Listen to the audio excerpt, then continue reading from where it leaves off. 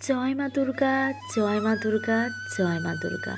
বন্ধুরা, আজও চলে এসেছি একটি ভিডিও নিয়ে। অবশ্যই দুর্গাপুজোর ভিডিও নিয়ে চলে এসেছি। বন্ধুরা, চলছে এখন নবরাত্রি, যাকে আমরা বাঙালিরা প্রধান উৎসব বলেই মেনে এসেছি। আর দুর্গাপুজোকে যে প্রধান উৎসব বলা হয় সেটা আর বলার বাহুল্য রাখে না। তো এই দুর্গাপুজোর সময় আপনার বাড়ির কন্যা রত্নটির হাতে এই জিনিসটি তুলে দিন।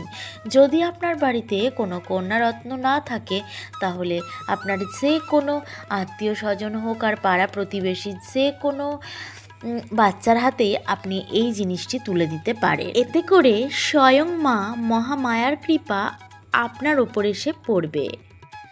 আর শুধুমাত্র মহামায়া বা দেবী দুর্গার কৃপা নয়, এতে করে কিন্তু মা লক্ষ্মীও আপনাদের ওপর কৃপা করবে। শুধু তাই নয় বন্ধুরা, এটা করলে শ্রীকৃষ্ণও কিন্তু আপনার ওপর কৃপা বর্ষণ করবে। কারণ দেবী মহামায়া হচ্ছে শ্রীকৃষ্ণের বোন। এই মর্তলোকের তিনি দুর্গতি নাশিনী, তিনিই হলেন মা দুর্গা। তার সেবায় শিবের সেবা হয়। তাই এই 9 দিন ধরে যদি দেবী মায়ের আরাধনা করা হয়, তাহলে খুব ভালো হয়। ভালো হয় বলতে দেবী মা প্রসন্ন হয়। তাই এই 9 দিন ধরে যদি দেবী মায়ের আরাধনা করা হয়, তাহলে কিন্তু ভগবান প্রসন্ন হয়ে যায়। ঠিক তেমনই এই সময় যদি ভগবানের পূজা অর্চনা করা হয়, তাহলে কিন্তু দেবী মাও প্রসন্ন হয়ে ওঠে। তাছাড়া আদি শক্তিরই একটি রূপ হলো নারী শক্তি।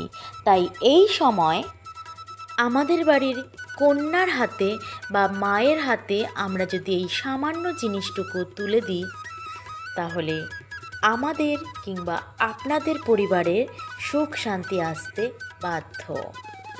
তাহলে চলুন বন্ধুরা, এখন আমরা ভক্তি মনে শ্রবণ করি এই নবরাত্রি চলাকালীন, মানে এই 9 দিনে কি কি কাজ করবেন। তার আগে বন্ধুরা, আজকে বলি যে ভিডিওটা একটি লাইক দিয়ে দেবেন আর পুরো ভিডিওটি দেখার অনুরোধ রইল।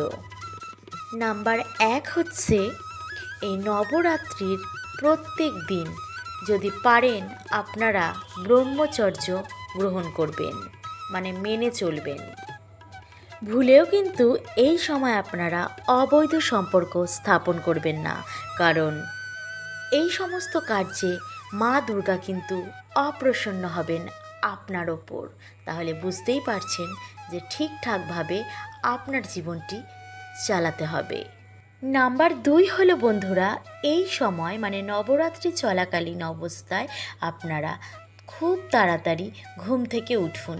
দেরি করে একদম উঠবেন না। তাড়াতাড়ি করে ঘুম থেকে উঠে যা যা করণীয় সেই সমস্ত কাজ কমপ্লিট করার পর আপনি কিন্তু স্নান সেরে একটি প্রদীপ জ্বালান। একটি আসন পেতে বসুন। আর আপনার বাড়িতে যদি দেবী মায়ের কোনো মূর্তি কিংবা ফটো থাকে, তাহলে তার সামনে বসে যে কোনো মন্ত্র দেবী মায়ের উদ্দেশ্যে বলুন, তাহলে আপনার মনোবাঞ্ছা পূর্ণ হবে। নাম্বার 3 হলো বন্ধুরা, এই নবরাত্রি চলাকালীন অবস্থায় গঙ্গা স্নান, দান, পুণ্য, দরিদ্র সেবা, মাতা পিতাকে সেবা করতে হবে। মাতা পিতার ওপর খুব ভালোভাবে নজর রাখতে হবে, তারা যেন খুব ভালোভাবে তাদের জীবনটাকে কাটায়। আর কন্যা রত্নটিকেও কিন্তু দান করতে হবে। তাহলে মা দুর্গা আপনার ওপর কৃপা বর্ষণ করবেই করবে। আর হ্যাঁ বন্ধুরা, কোনো ব্যক্তির ওপর যদি মা দুর্গা একবার কৃপা করে, তাহলে কিন্তু সেই ব্যক্তিটিকে আর পেছন ফিরে তাকাতে হয় না একবারের জন্য। তাই বন্ধুরা, নবরাত্রির 9 দিন মাকে কিন্তু খুব ভালোভাবে পুজো করা হয়। আর সেই 9 দিনের 9টি রূপ হল শৈলপুত্রী, ব্রহ্মচারিণী, চন্দ্রঘণ্টা, কুষ্মাণ্ডা, স্কন্দমাতা, কাত্যায়নী, কালরাত্রি, মহাগৌরী ও সিদ্ধিদাত্রী। তাই বন্ধুরা, সারা বছরের জন্য নয়, যদি এই 9 দিন ঘুমোতে যাওয়ার আগে আর ঘুম থেকে ওঠার পরে এই 9টি নাম আপনারা একবার মুখে জপ করেন, তাহলে দেবী মহামায়ার কৃপা আপনার জীবনে আসতে বাধ্য।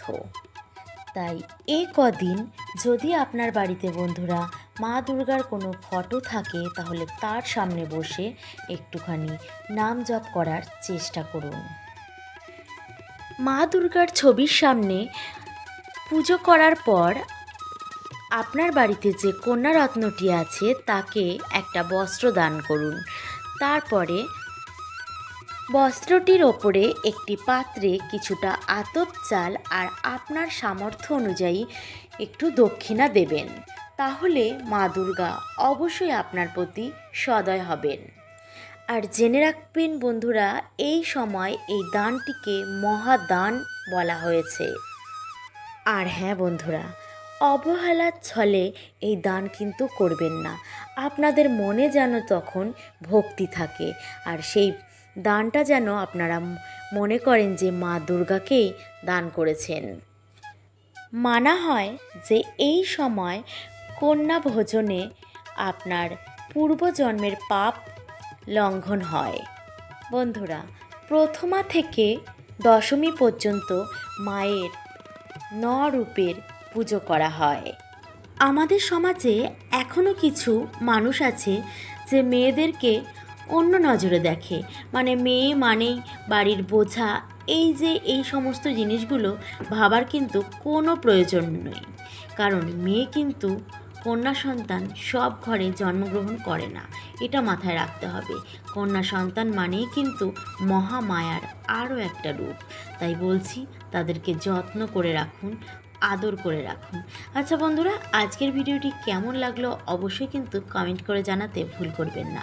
তাহলে চলুন আজকের মতো এই পর্যন্তই, আবার দেখা হচ্ছে অন্য একটা ভিডিওর সাথে। ততক্ষণ ভালো থাকবেন, সুস্থ থাকবেন। নমস্কার।